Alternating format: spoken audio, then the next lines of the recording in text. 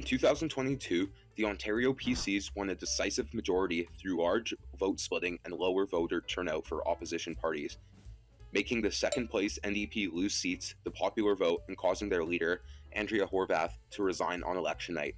And on October 7, 2023, Hamas, a terrorist organization in control of the Gaza Strip, invaded Israel on the grounds that they were resisting an occupation. What do either of these things have anything to do with each other? Like, at all. Meet this woman.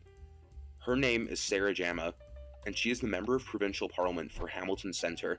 She was elected in a by-election as the NDP candidate to replace former leader Andrea Horwath, but now sits as an independent.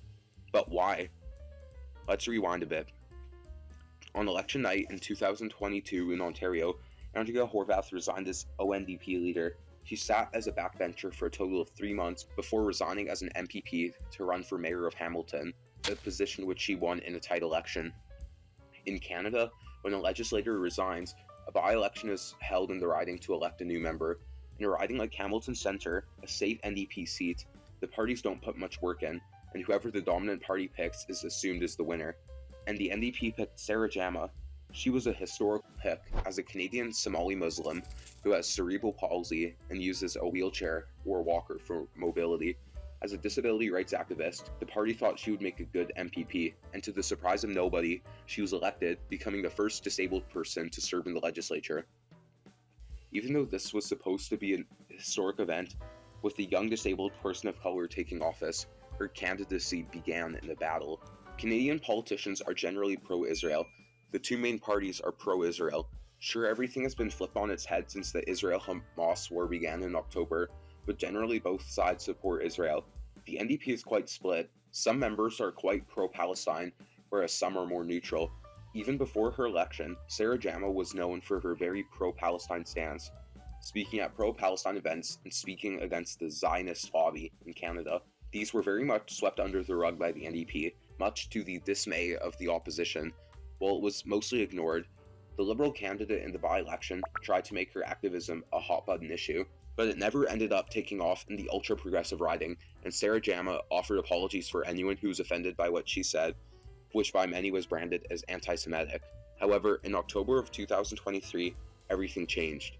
On October 10th, in response to Hamas's invasion of Israel, Sarah Jama released a statement calling for an immediate ceasefire under the NDP letterhead. In this statement, she referred to Israel as an apartheid state and described the continuous violations of human rights in Gaza. She called for the end of the occupation of Palestinian land and the end of apartheid. She was attacked for this statement by all sides and for all sorts of reasons. People were angry that she didn't mention Hamas or the killing of Israeli civilians. Her statement was criticized by the NDP leader, Merritt Stiles, and by the Liberals and PCs.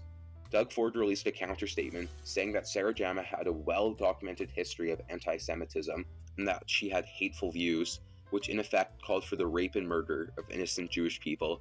She was also criticized by Jewish groups for this statement, including the Center for Israel and Jewish Affairs. The NDP was mad that she made these statements under the NDP letterhead and not just as an individual, without any warning or endorsement from the Ontario NDP. Merritt Stiles privately met with Jama and asked her to remove these statements. She did apologize, but then proceeded to pin the statement to the top of her X profile. On October 23rd, the legislature voted to censure Jama. The government voted yes, the Liberals abstained, and the NDP voted no, calling it an extreme measure. This meant she was stripped of her right to speak in the legislature until she apologized, which as of this video's recording hasn't happened yet. She was removed from the caucus that day and now sits as an independent in the legislature. While censuring doesn't mean a member is stripped of their party status, the NDP kicked her from caucus, with the party leader Merritt Stiles saying, "We are a team, and she has done a number of unilateral things that have undermined our team.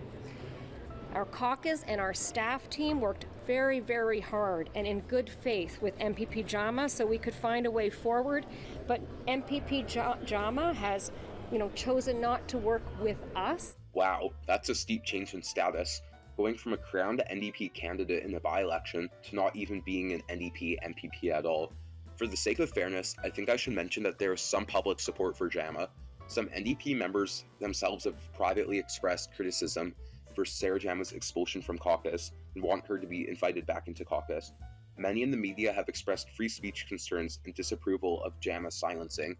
Many in her constituency, including the president of CUPE Ontario, have shown up outside of her office to express support. Many online have also expressed criticisms for this. Their argument is that most countries recognize that Israel is occupying Palestinian land, and many human rights organizations have called this situation apartheid in Israel.